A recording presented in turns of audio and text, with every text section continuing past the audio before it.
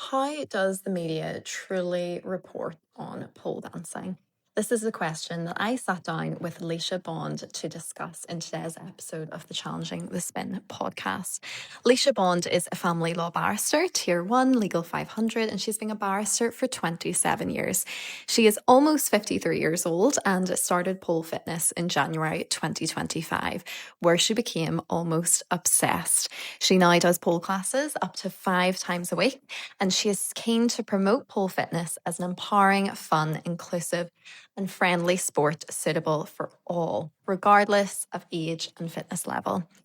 Leisha sat down with me and we discussed how her recent pole journey has been documented in various media outlets across the UK. We discussed the responsibility of media and reporting on pole dancing and how this possibly differs from other forms of hobbies and sports.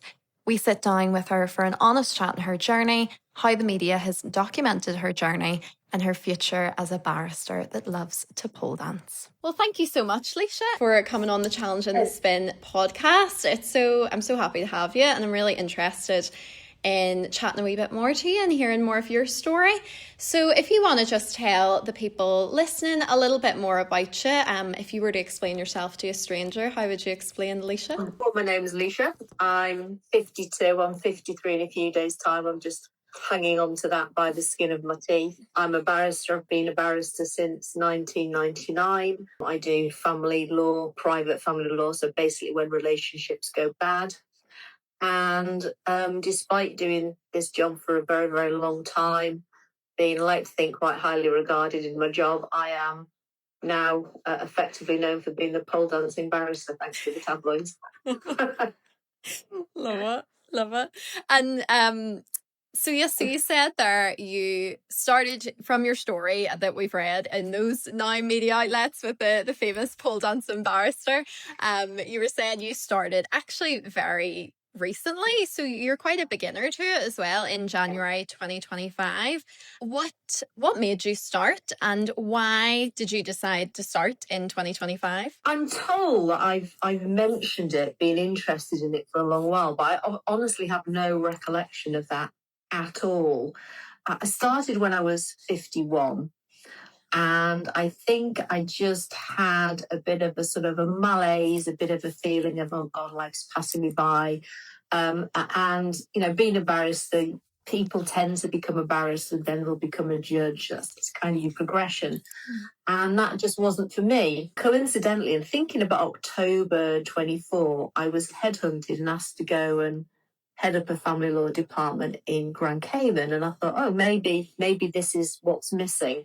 So I accepted the job, but before I uprooted myself and my son's schooling mid-GCSEs, I thought I'll just fly out and have a look.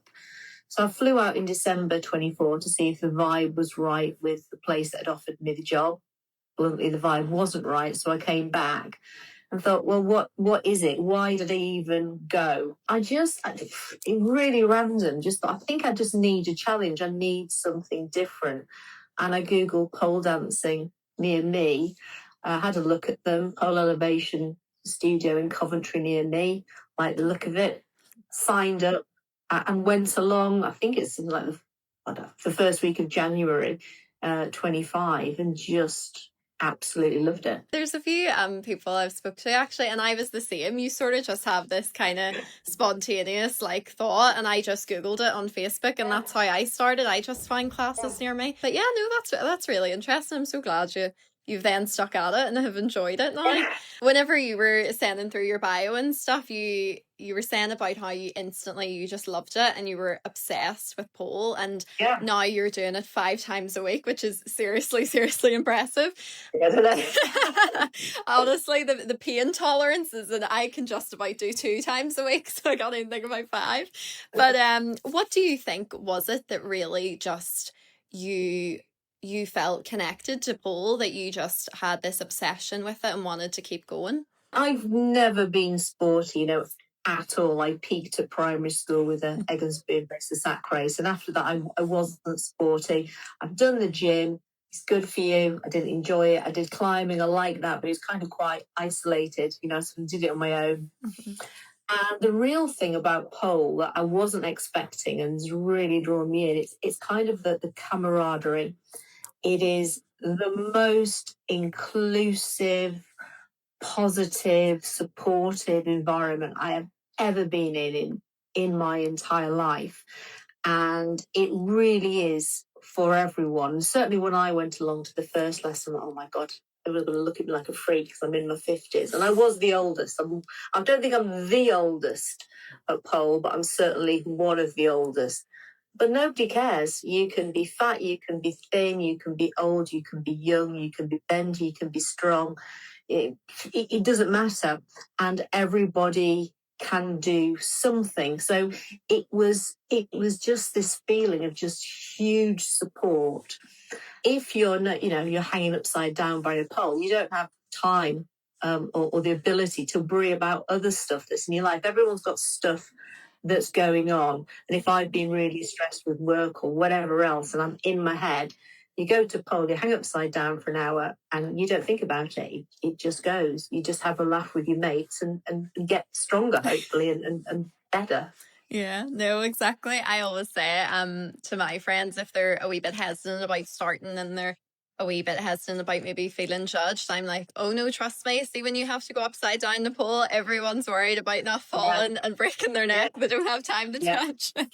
Exactly. Anybody, somebody does something, it's really supportive. I mean, I did yoga for a little while, and yoga you think of as being very kind of, I'm in my zone.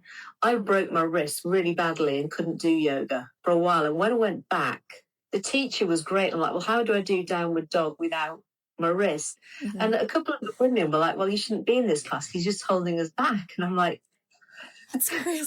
And I was just really, really annoyed. Whereas if anybody is struggling at pole, everyone will help. We'll try this, try this. I'm not flexible at all. And the woman I had the first lesson with, Kim, she was just brilliant. And she knows I'm not flexible, but I'm quite strong.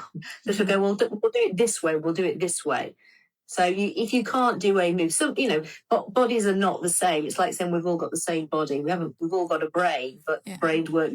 The body is the same, and some bodies just won't do certain things. My body will not do the splits. My body will not do a ballerina, but it'll hang upside down, and do things that other people can't do quite easily. So it is for everyone. You can adapt.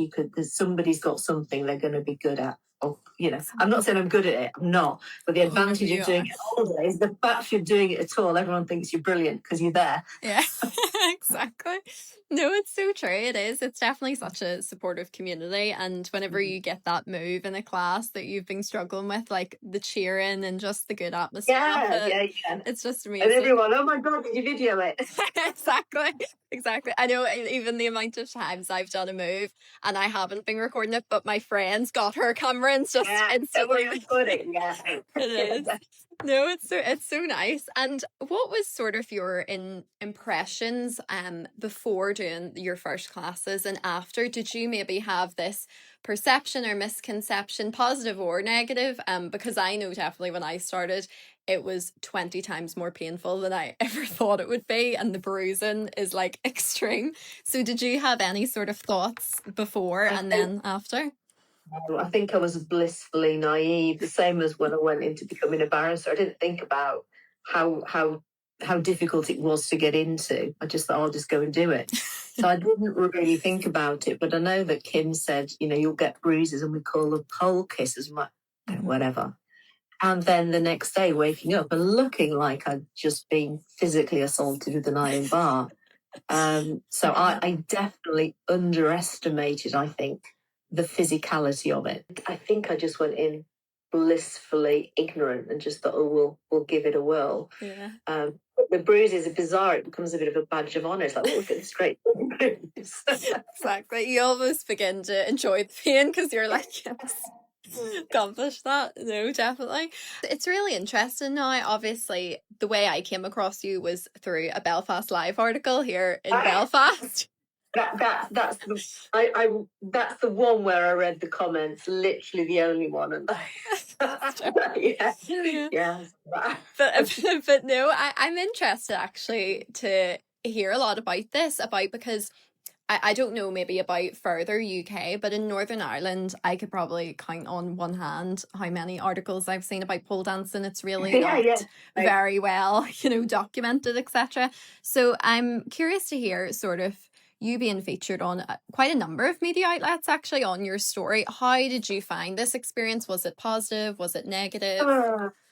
Well, I was approached through Instagram by a producer from a local radio station, BBC CWR.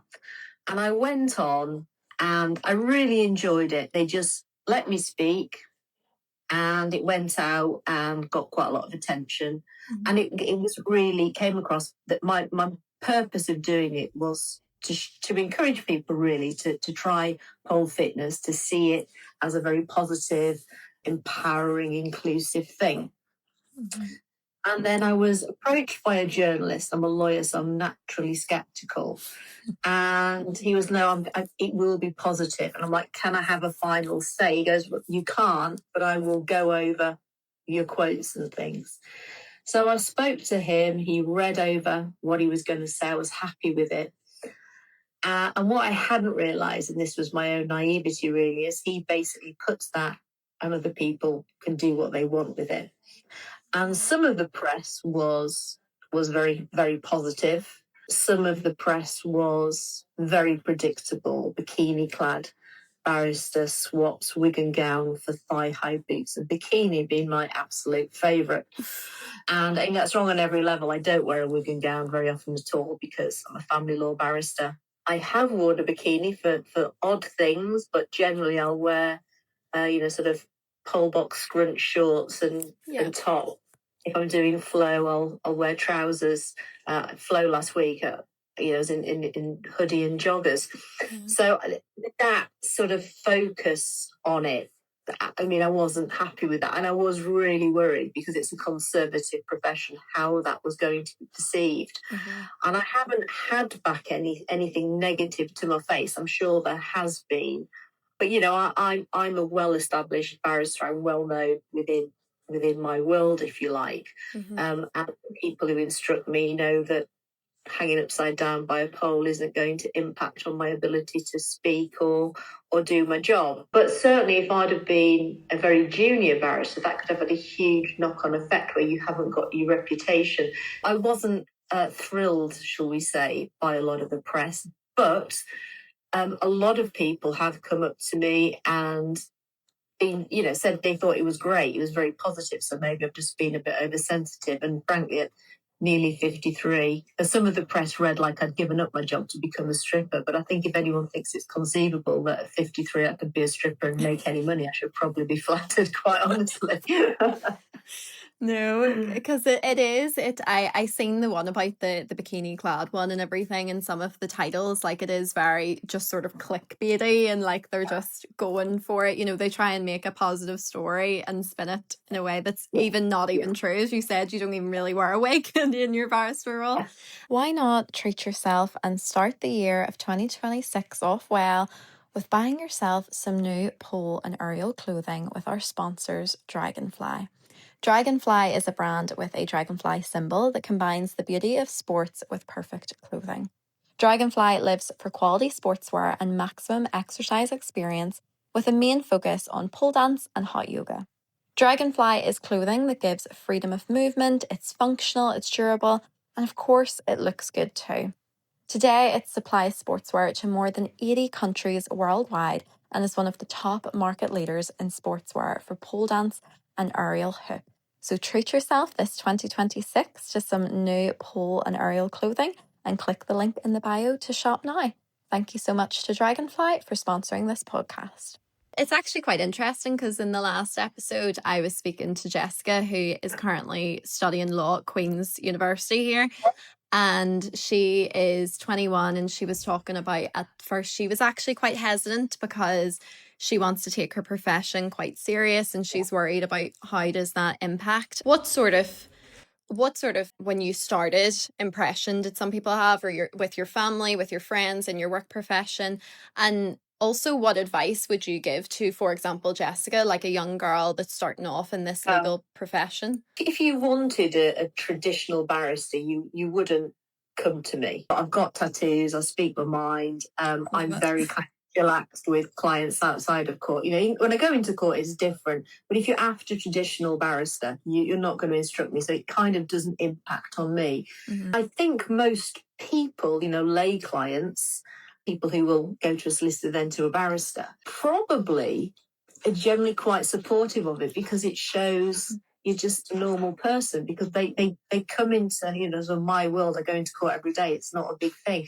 It's really scary. And if you've got a kind of old style, very traditional barrister, Mr. this, Mr. that, it can be quite daunting. So I think giving you kind of sort of more personal face, if you like. Some clients have seen it, they've commented to me and they've been really positive, think it's brilliant. Mm-hmm. But I think if you, did you say she was doing a law degree? Yes. At the moment. Yes, so she's studying law, hoping to go into human rights law. Yeah, because if she wants to be a solicitor or a barrister, which I know about, obviously, the competition is absolutely massive. I went to it in the 90s. Now, if you're on social media, we're going to Google your social media.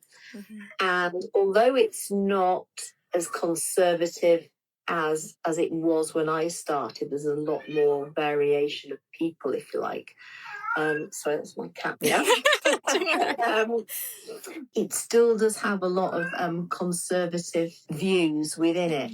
When you're going for an interview, it is a bit the look of the draw. When I started getting pupillage, like a traineeship for being a barrister, is very competitive. Mm-hmm. I was offered 2, which was highly unusual.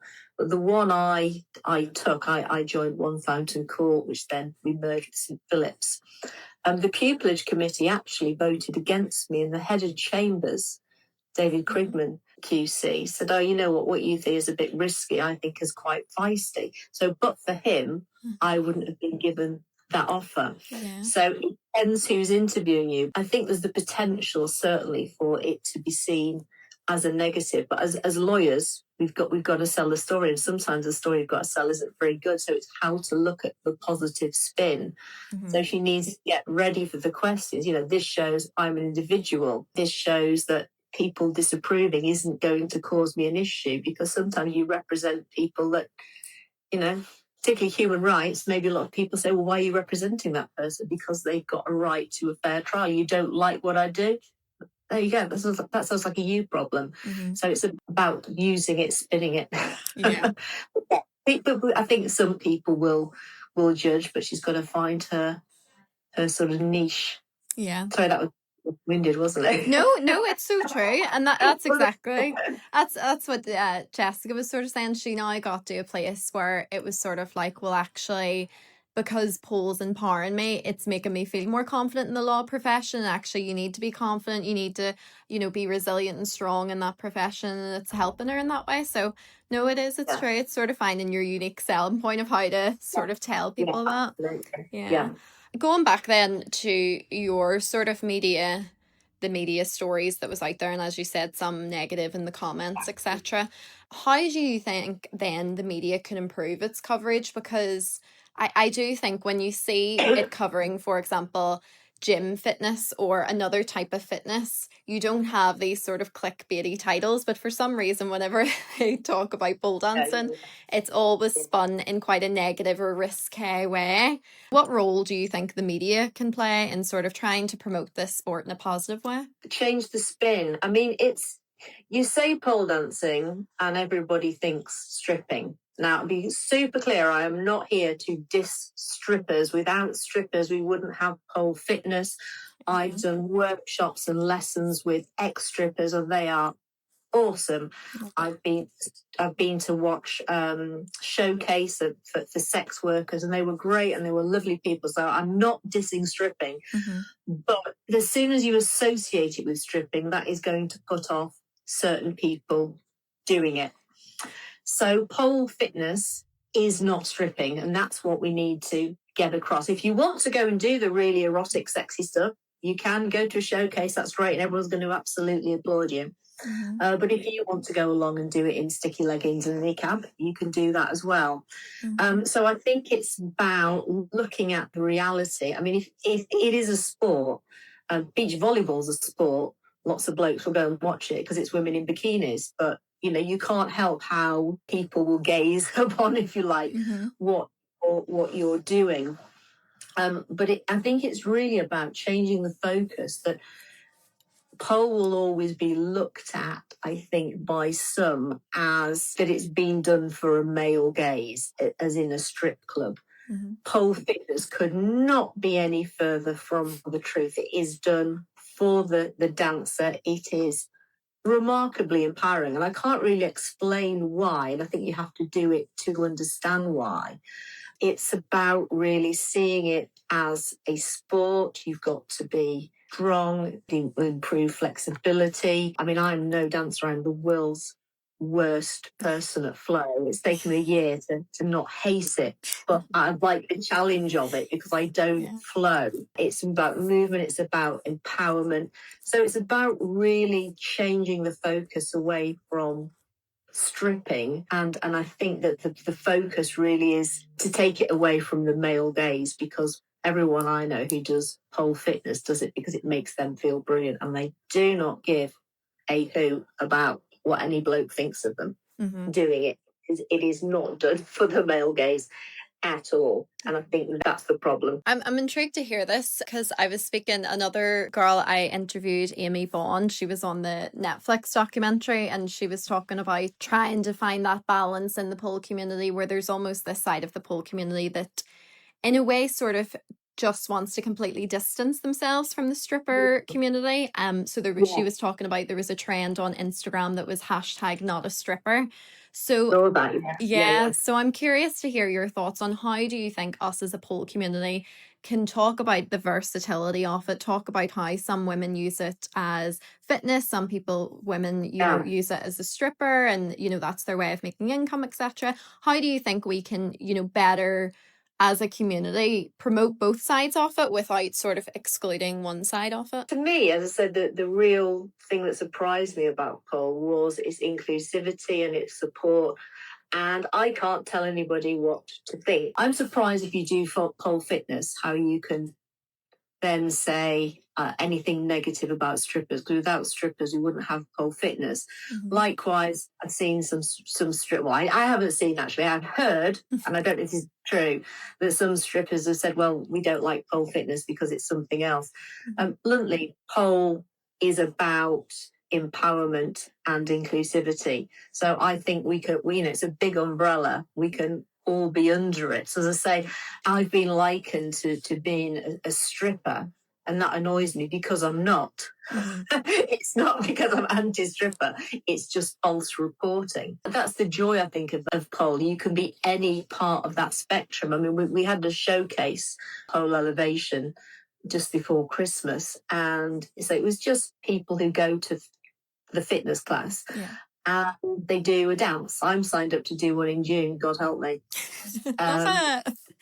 Oh, well, yeah, I don't know if I'm going to go through with it, but that's the theory.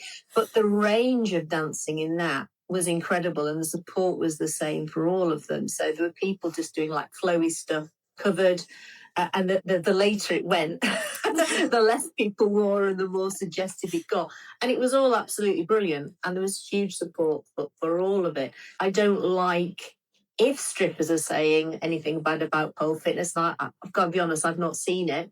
I think that's unfortunate. If people who do pole fitness are saying negative things about strippers, I think that's unfortunate, because we do it to be empowered. We're all women, and I think if women are saying negative things about other women because of the choices they make, that's very sad. I've seen strippers. Oh my God, the work they do, I would not want that job, because it's hard. There's no amount of money that I could, that would make me want to do that. I would feel so uncomfortable doing it. I have nothing but respect for people who say, you know what, I'm going to go and make you think I really want you, Mr. Whatever. But actually, through my head, I'm doing my shopping list, but you want to give 50 quid while I do it, and you think I'm getting off on it. Fair play to them. So I don't know what the answer is, but just, I think, if you don't like something, it's just, I'd go, not my circus, not my monkeys, really. You don't like strippers, so don't go see them. No, exactly. Just then, sort of, kind of two final questions to close. Really, as we said, you have absolutely loved pole dancing, but are actually very new to this community, which is amazing. And to see how much benefit you're already getting out of it is incredible. So what advice would you give to someone that is very hesitant about starting pole as a beginner? Go and try it. I mean, what's the worst that can happen? You go, you don't like it, don't go again. But you will. You'll like it. I don't know anybody who's gone to pole. I mean, we came out of the studio earlier, it must have been last week, and there was all the sort of the new people in this queue, and they're all stood outside nervous. Now we're just all piling. They're all stood out nervous, and we're like, you have no idea how your life is going to change. You're going to be skint for a start because you're going to buy all the pole gear. Got lots of shoes. You do heels. I mean, I'm a shoeaholic, so the buy stuff is immense. But just go. Yeah. What's the worst that can happen? You don't like it, you don't go back, Exactly. But you will. Everybody loves it. I mean, literally everybody. Yeah, love it. And that's so true. I haven't heard the skint one, but it's so accurate. All your money just goes to the classes. That's just any capacity to buy shoes, any opportunity to buy shoes from there. I know, I just love it. All the classes and everything. I'm just like, direct debit, take my money. Honestly. Yeah. But yeah. I keep saying actually my checks, and they're not checks, that's old, isn't it? My money should just be paid straight to Paul Box. Like, oh, you've got an aubergine variety out, whatever. Yeah, you've got a blue one now. Okay, red. Yeah, send me it. Exactly. Love it. But yes. So my final question, then, I'm actually going to merge sort of two, is the one I ask all my guests is, this podcast is obviously called Challenge and Spin because I'm trying to challenge the narrative on pole dancing. And I always like to ask every guest, what is a narrative that you think needs to be challenged? And it doesn't have to be pole related. As well as that, I'm also just on the side curious, what is the future looking like for you in your pole barrister journey? I think it goes back to what we were saying about the press, really. I think the change of the narrative is, I'm dancing for me. I'm not doing it for anybody else, particularly not a male gaze. That's the change of the narrative. Pole dancers pole dance for themselves. And if they're a stripper, they'll do it to make money. But they're dancing for themselves, however you kind of slice it, really. And what's next for me? I mean, I don't know, because I'm, as I say, I've become known as the pole dancing barrister. Not for any of the work that I've done for the past 27 years. I mean, my clients probably remember me for that. I still really, obviously, I'm sort of lower intermediate classes. But if I can sort of promote it because I've got this bizarre little 15 minutes of quasi-fame, then great. I mean, I've been contacted by various media outlets and asked to do various things. I'm thinking about it because I'm conscious that if you don't speak to them, they might just print it anyway. Yeah. But yeah, I'm going to. No, I've got this little platform which may last the 1 minute or what month, I don't know, to try and promote pole, because it's just hugely improved my life. I just love it. Yeah, love it. It's incredible. And do you, with the sort of title pole dancing barrister or whatever, do you like that title's being used because it does show that professional women can also pole dance, or do you think it's a little bit of a, the media trying to run with this? I mean, it's a bit nonsense, isn't it? It entertains me. You'll have to get it printed on a t-shirt and everything. Yeah, I think it's quite funny, to be honest. I mean, yeah. I mean, nobody's going to instruct me because I pole dance. They're going to instruct me because I'm good at my job. Yeah. But it's funny. I mean, I've had a laugh with a few clients. I had a client who were in conference a couple of weeks ago, and some barrister had gone sick, so I had to cover for it. So I was a last minute change. Mm-hmm. We got a really good result, and at the end, he went, I knew you were the person for the job when I saw your video. And I'm like, oh, right, what was that? And he referenced a thing that I'd done with a male colleague that was to do with the law. I went, oh, right, yeah, good, yeah. And he goes, you didn't think we were going to say that, did you? I'm like, yeah, honestly, I wasn't sure. And he goes, yeah, we're seeing that other video as well. I'm like, okay, so this is the interview with the local radio station. I turned to him just by way of explanation. She went, yeah, I've seen it as well. So people don't tend to mention it, but I think most know. But they I've had ex-clients sort of message to say good on you. A few of them thought I'd actually left the job to be a stripper, which they thought was a bit of a waste, but good luck. Yeah, it's. I think if I was very new to it, it could be problematic. But because I've done this for a long time and I'm not known for being trad, it doesn't matter. Yes, it's funny.